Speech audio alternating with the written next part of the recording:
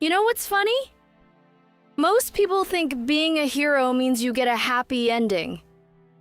Trust me, it doesn't. For most of my life, I had one mission: find Kano, the man who destroyed everything. While other people were building families and living normal lives, I was chasing ghosts across battlefields. Every lead, every rumor, every trail of destruction eventually pointed back to him. Kano wasn't just a criminal. He was a disease. Everywhere he went, people suffered. And I made a promise that one day I'd bring him down, no matter the cost. That promise consumed me. I trained harder than everyone around me, pushed myself further than any soldier should, slept less, worked more, took risks others wouldn't dare take. People called me obsessed. Maybe they were right. But obsession keeps you moving when everyone else quits.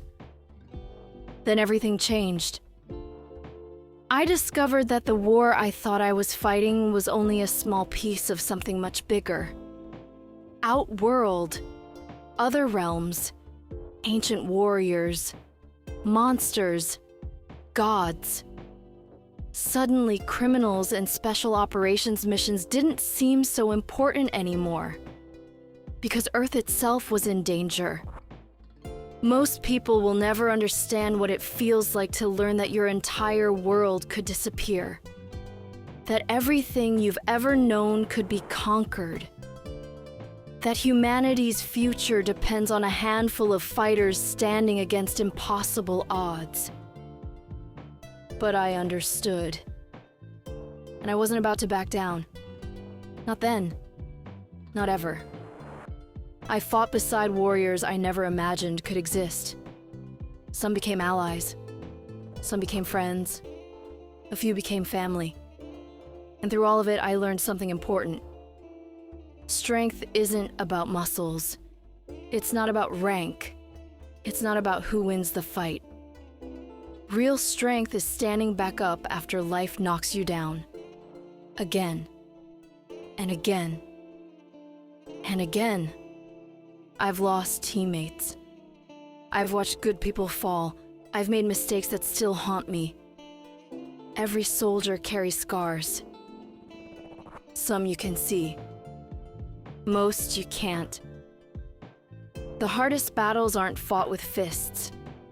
They're fought inside your own mind. The voice that tells you you're not good enough. The fear that says you're going to fail. The guilt that follows you long after the mission ends. I've heard all those voices.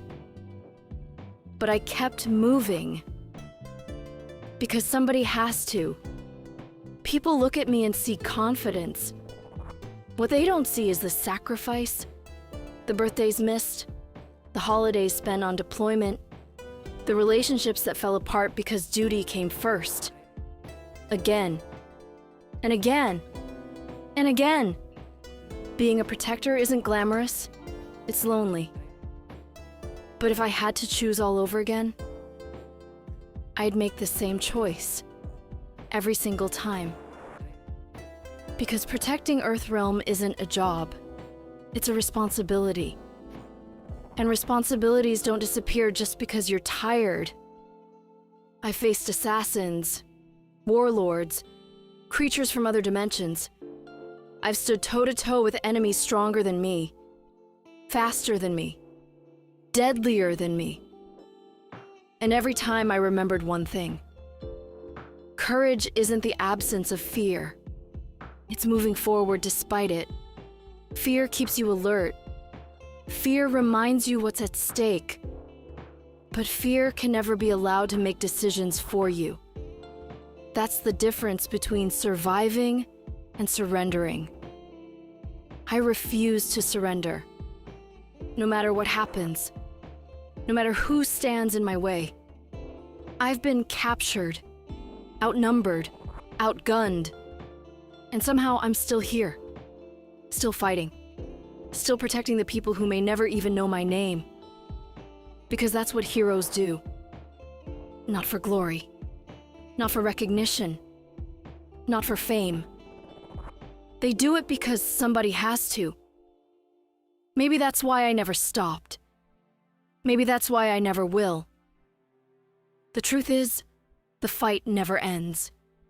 There will always be another threat, another invasion, another enemy who thinks Earthrealm is theirs for the taking. Let them come. Because as long as I'm breathing, as long as I can stand, as long as I can throw one more punch, I'll be ready. Sonya Blade, soldier, warrior, protector of Earthrealm. And if you're looking for someone to save this world, you picked the wrong person. I'm not here to save it. I'm here to fight for it.